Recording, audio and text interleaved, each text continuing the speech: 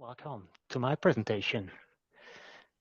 It's about a new plugin for the devtool called devtool ID SDK. And it's also a bit about how we use Yocto at Siemens. There are only two bullets on the agenda. A bit as an introduction, how we use Yocto at Siemens. Also a bit to explain why we would like to have such a plugin in devtool, and then about the plugin itself. A little bit about me. I'm a Linux user since probably 25 years. First experience with embedded Linux is about 20 years ago. Worked for different companies, different projects. And I think Yocto was then, after using Gentoo and Buildroot, Yocto was just the next logical next step. And since 5 years, I work for Siemens and have the pleasure to maintain the embedded Linux platform for all the building products there. Yeah, how we use Yocto. Yes, we have kind of three layers, right? So at the bottom, we have a huge open source community, Yocto project, and Open Embedded. We are mostly using LTS versions, which is great for us and for our use cases.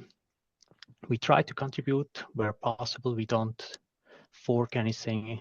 We really try to live the open source model here. On top of all the open source stuff, we have the platform team. That's where I am part of. So we develop BSPs for our own hardware. We have some common components which we use in different products. We provide CID templates, SDKs. We also run the infrastructure for the CI/CD, build servers, test automation racks. And we do some license related stuff and CV tracking. Based on our platform, different other teams are responsible for many different products. These teams are mostly focusing on application development like C++, Rust, Go, such kind of languages. And they are the internal customers for our SDK and for the platform from our point of view. So CI pipelines is very important topic for us. First, side note, more or less all the firmwares we build run on QEMU, but also on the real hardware. And that allows us to build a pipeline which is very similar to what the Yocto project does on their auto builder as well. So basically we use BitBake to compile the firmware, and then we run the test image from BitBake in QEMU. If all these tests pass, we go ahead and push the firmware image to real hardware. Therefore, we use Lava, and the developer gets quickly a feedback also from a test running on real hardware. And this pipeline has a job for all the products which we have in the field. And yeah, there are plenty of jobs running, plenty of firmwares are built, and the developer gets feedback for a lot of different products. That works great. Then more or less same thing, but a very different view. Firmware, of course, there are multiple components integrated, like a Linux kernel, driver, libraries, applications, services, and so on. So we, from the platform team, we push the whole stack. We pull updates from the Yocto community. We develop the drivers and so on. At the same time, different teams are contributing to different components in the firmware. All of them are developing something and pushing to the pipeline. And maybe some teams are depending on a delivery from another team, or also on a fix, or we are depending on a fix from a community and so on. So there are a lot of dependencies. There are a lot of changes going into all these firmwares. And that's where the SDK becomes a very important thing. So we have to bring the SDK updates quickly to the teams, because at least I don't consider an SDK as a tool chain. I consider it as a much more. I consider it as a tooling which allows me to build a complete firmware with all the dependencies and whatever is required to do that in a reproducible way. So ideally, we would have a new SDK with each and every change in the firmware. So sometimes this is important, sometimes this is not important. Yes, of course. Well, then application developers modify the source code, and we offer them more or less the same pipeline as we have for the whole system, right? So basically, an application developer changes the source code of one application and pushes the changes to a CI/CD pipeline.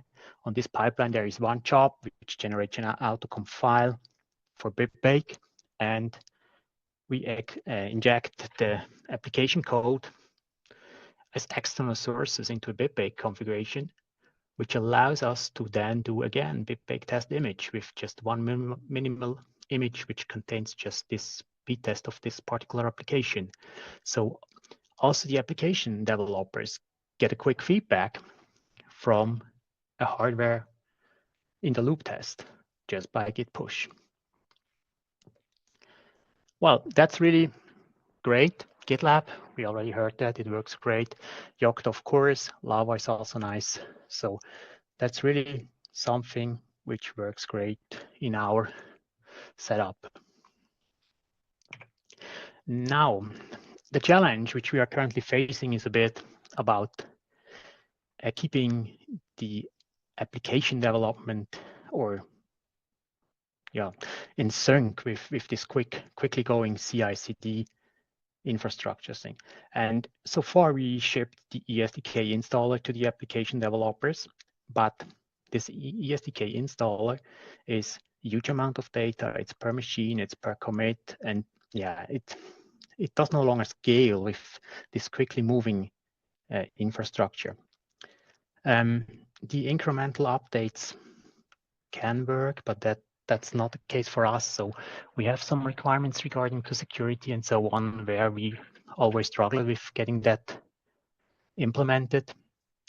That's also a bit harder to maintain. And yeah, and something which is also a bit could be improved and also was improved during the last year. The SDK workflow is quite different from the BibBake workflow, or maybe I should say it's different environment. So we have a BibBake environment and we have an ESDK environment. I will come back to this topic then later on. And maybe the most important point, and also the main topic of this presentation, is application developer need IDE integration to develop their C and C++ code.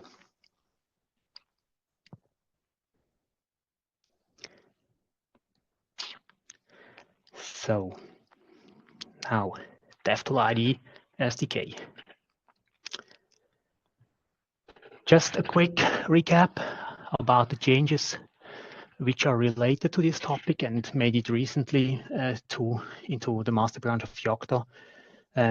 One thing which is really great and helps us a lot is the ESDK install is no longer a requirement for developing with a environment script and calling the toolchain directly. So this is now possible to do the same with the BibBake environment.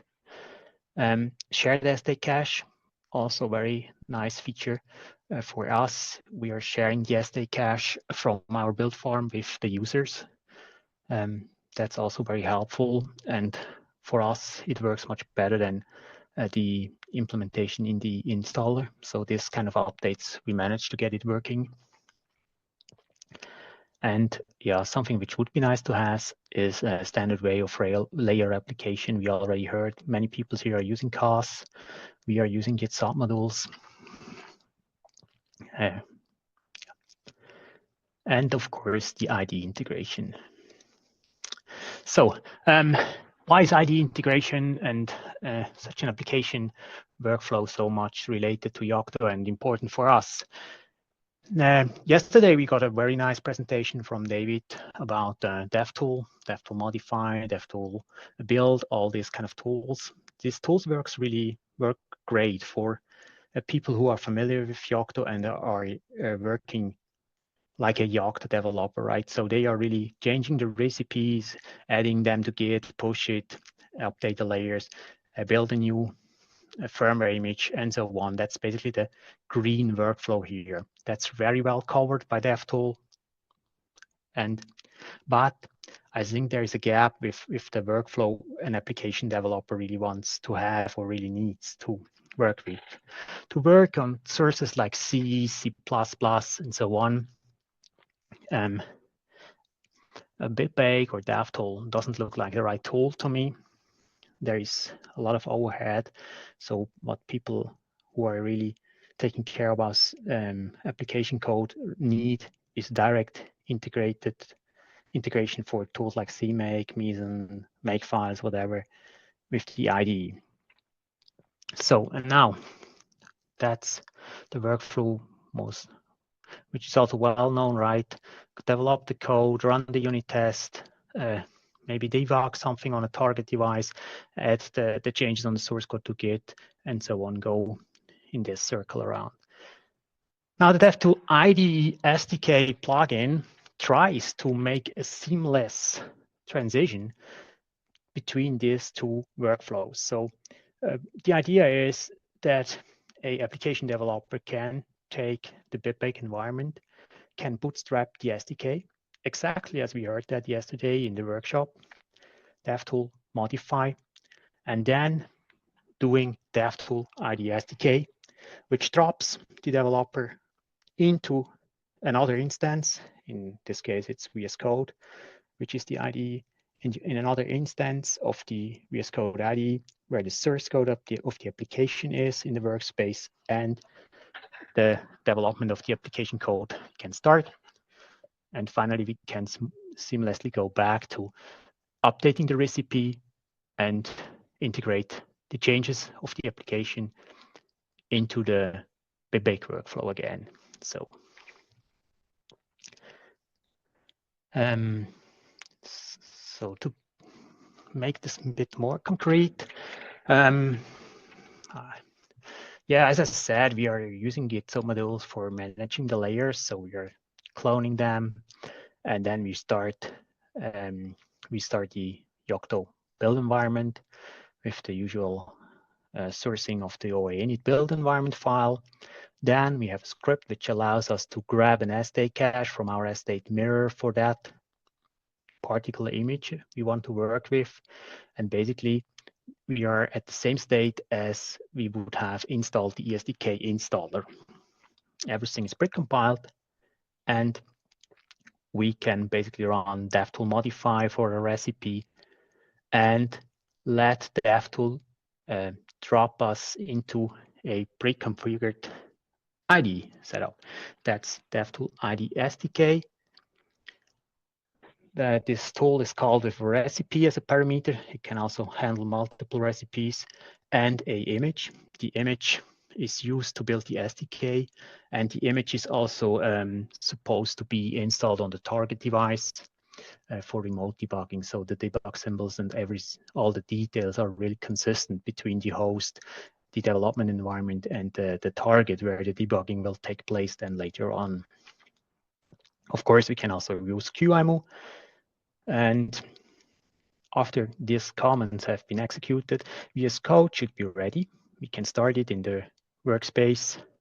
Here, the default workspace, sources and the recipe name. And we can, so when we start VSCode, it will already ask us if we want to use the Yocto toolchain, and we can work as there were no BitBake, as there were no devtool at all. So it's just CMake. Press Ctrl+Shift+P and CMake. Whatever is supported by the IDE and CMake should work, but cross. Also, remote debugging should just be possible with 1 or 2 clicks. And also a nice feature is running the unit tests should also work. also for cross-compiled binaries. CMake and Meson as well, they support executing the tests with QEMU user. So also the IDE can finally do that. How does that work? It depends a bit on the tool, right? Currently, we have support for CMake and Meson. In case of CMake, a so-called CMake preset is generated. So a CMake preset is a bit JSON snippet. Basically, there are configure preset, build presets, test presets, and a preset defines how CMake is called for the configure step. Of course, we have all the -d parameters, and we also have the environment, which kind of variables are exposed to the shell. And this allows us to get all these details. So a CMake preset allows us to drop all the details which are used by BitBake internally into a CMake preset, and then call CMake exactly in the same way as BitBake would do it internally. This again allows us to reuse the build folder from BitBake to work with the IDE and call BitBake, call the CMake from the IDE back and forth. So everything is seamlessly integrated. For Meson, we have a wrapper script which does more or less the same. So yeah. For those who think that a SDK is just a tool chain, like the ESDK installer provided one with this environment setup file.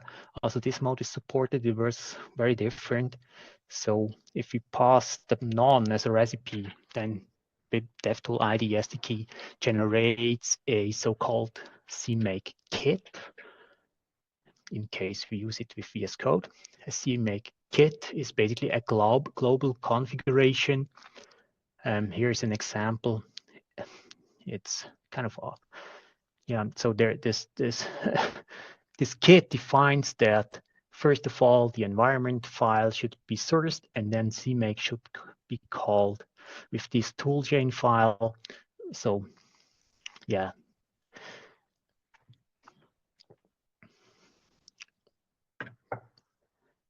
Then we also have a parameter like IDE none for those who don't like VSCode.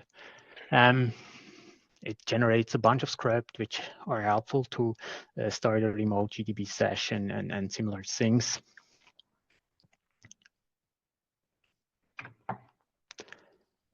So to summarize all these things, so the IDE SDK plugin is really designed to get all the information from BitBake and then drop the user into an environment where BitBake is not in.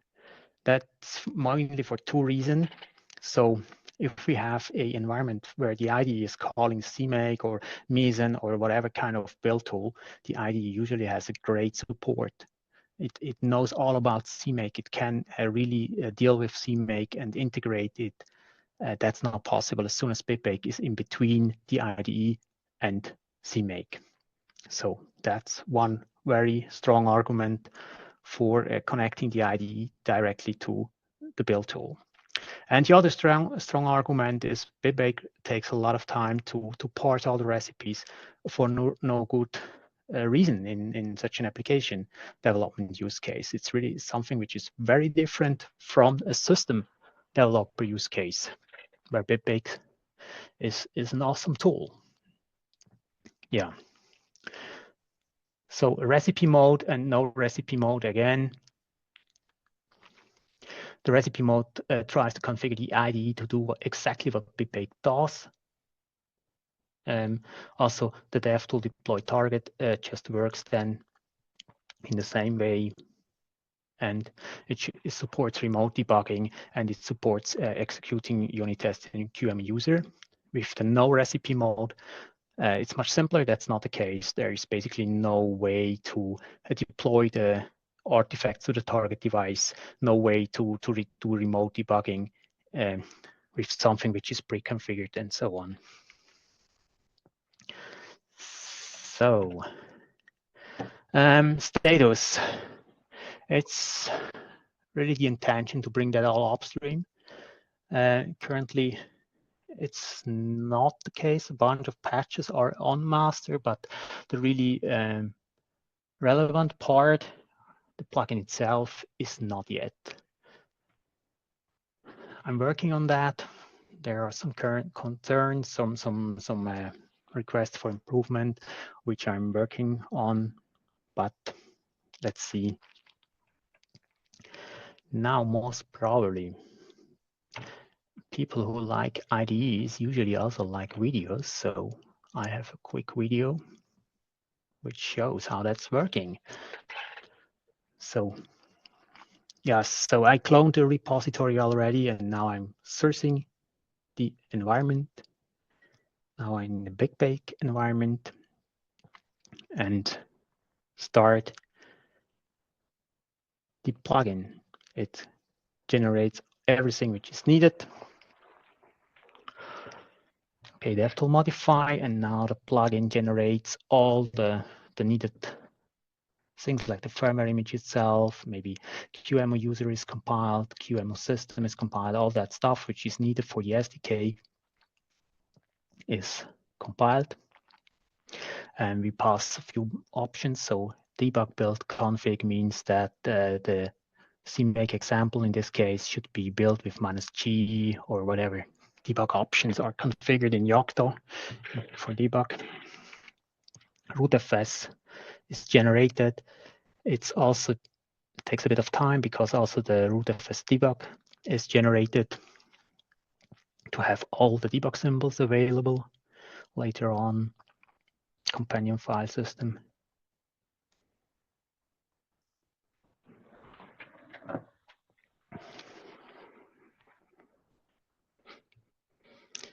And yeah, here everything comes from sstate. Now, here we see a list of files which have been generated. One of them is, as I already mentioned, this CMake preset, which is now in the workspace. So it's generated by the plugin. Oh.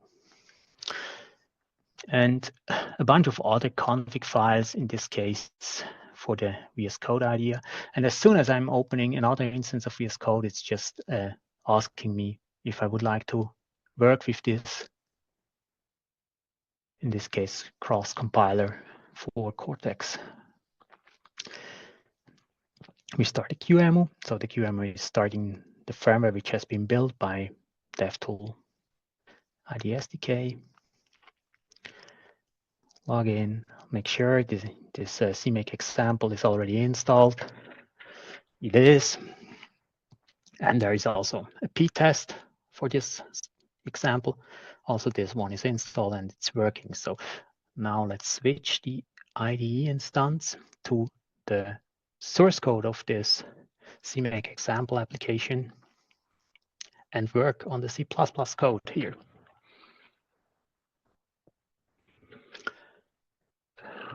So basically you can do what CMake offers. Build, nothing happens because BigBake already compiled that stuff.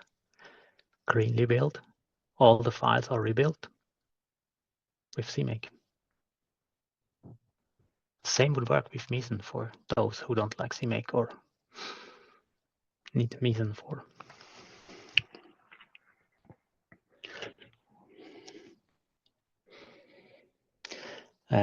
Let's log in to the QEMU, which we started before. And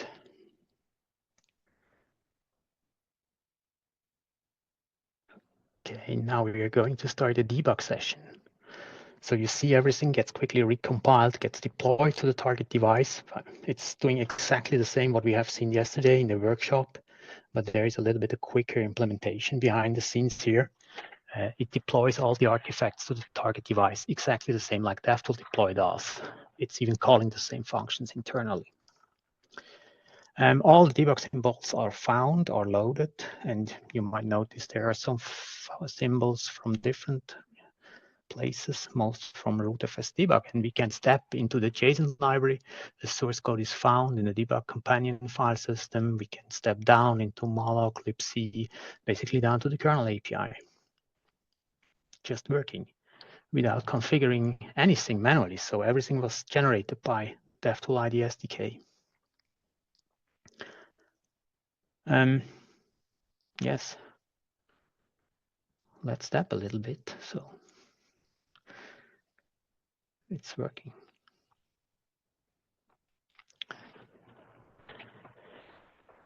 As a next step,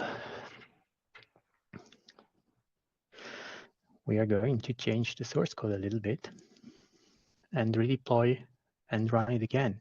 So CMake example currently prints 1, 2, 3, 4, 5, 6, and so on. Let's change that. Here's the string. Let's change this. And then press F5, which is the shortcut for remote debugging or for debugging. The sources get recompiled, get deployed without doing more than just pressing S5. And our example prints the new string. So it's pretty quick and fully integrated with VSCode.